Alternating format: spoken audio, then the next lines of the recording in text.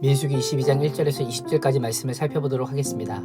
바산한 옥과 아모리 왕 시온과의 전쟁에서 승리한 이스라엘의 행진은 거침이 없습니다. 어느새 여리고 맞은편 모압 평지까지 이르러 진을 칩니다. 모압 왕 발락은 연승한 이스라엘의 소식을 듣습니다. 발락의 이름의 뜻은 파괴자입니다. 이름 자체가 말해주듯 그는 주변 사람들에게 파괴자로서 명성이 자자했습니다. 파괴자인 그가 심히 두려워합니다. 모압 왕 발락은 시온 왕에게 패배하여 남쪽으로 물러난 상태에 있었기 때문입니다. 더욱이 이스라엘 백성이 많음으로 인해 크게 두려워하며 번민할 수밖에 없었던 것입니다. 번민하다라고 하는 단어는 혐오하다, 미워하다라는 뜻으로 이스라엘에 대한 미움과 혐오가 가득 차 있을 정도였습니다. 이 정도라면 모압에게 필요한 자세는 무엇입니까? 이스라엘의 하나님을 인정하고 두려워하는 것입니다. 그 하나님 앞에 엎드리는 것입니다.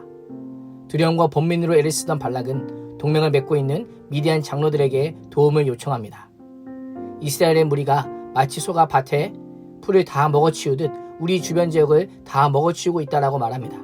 이스라엘 백성들은 자신들을 메뚜기에 불과하다고 하였지만 모압 왕은 이스라엘을 소떼에 비유하고 있습니다. 발락은 전쟁으로서는 승산이 없음을 알고 영적인 방법으로 풀어가려고 합니다.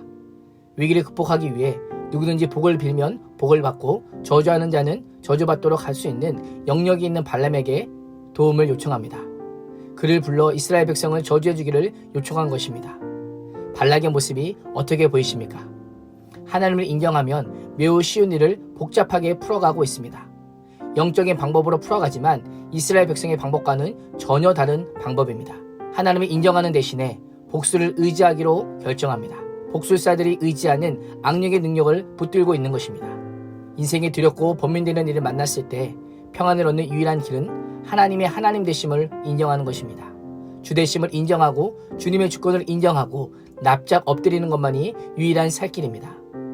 모압의 장로들과 미디안의 장로들은 복채를 들고 발람을 찾아갑니다. 발락의 사신들은 무려 600km가 넘는 거리를 가서 발람에게 발락의 뜻을 전합니다. 발람은 그들에게 여기서 오늘 밤 묵으시오. 그러면 여호와께서 내게 주시는 응답을 드리겠소라고 하자 모압의 귀족들이 그와 함께 머무릅니다. 그런데 가만히 한번 생각해 보십시오. 발람이 참 예언자라면 발락이 나를 위하여 저주해달라고 하며 복채를 가지고 왔을 때에 어떻게 해야 했을까요? 곧장 거절했어야 합니다. 그러나 발람은 하나님의 뜻을 아는 데 시간이 필요하다라고 말하고 있습니다. 하나님께서 발람에게 오셔서 물으십니다. 너와 함께 있는 이 사람들은 누구냐? 몰라서 하신 질문이 아닙니다. 발람의 입을 통해 스스로 자신의 잘못을 깨닫기를 원하셨던 것입니다. 하나님께서는 너는 그들과 함께 가지도 말고 그 백성을 저주하지도 말라. 그들은 복을 받을 자느니라 라고 말씀하십니다. 이튿날 발람은 발락이 보낸 귀족들에게 당신네 나라로 돌아가시오. 여호와께서 당신들과 함께 가지 말라고 하셨습니다 라고 전합니다. 모압의 지도자들이 발람의 거절 소식을 갖고 돌아오자 모압 왕 발락은 전보다 더 높은 고관들을 더 많이 보냅니다. 발람이 자신의 제안을 거절한 것이 더 많은 재물을 원하는 것이라 생각하여 내가 그들을 높여 존귀하게 하고 그대가 내게 말하는 것은 무엇이든 다 주겠노라고 하며 파격적인 제안을 합니다. 우리를 넘어뜨리기 위한 세상의 제안은 늘 집요하고 철저합니다. 고관들이 다시 오고 가는데 최소 6주 이상 걸렸을 것입니다. 세상의 공중권세 잡은 자는 비록 오랜 시간이 걸리더라도 원하는 것을 얻을 수만 있다면 시간도 은과 금도 모두 내어주고 우리를 넘어뜨리려고 하고 있습니다. 파격적인 제안에 발람은 은과 금이 가득한 집을 내게 준다 해도 나는 내 하나님 여호와의 명령에 어긋나는 것은 크든 작든 할 수 없습니다라고 딱 잘라 말합니다.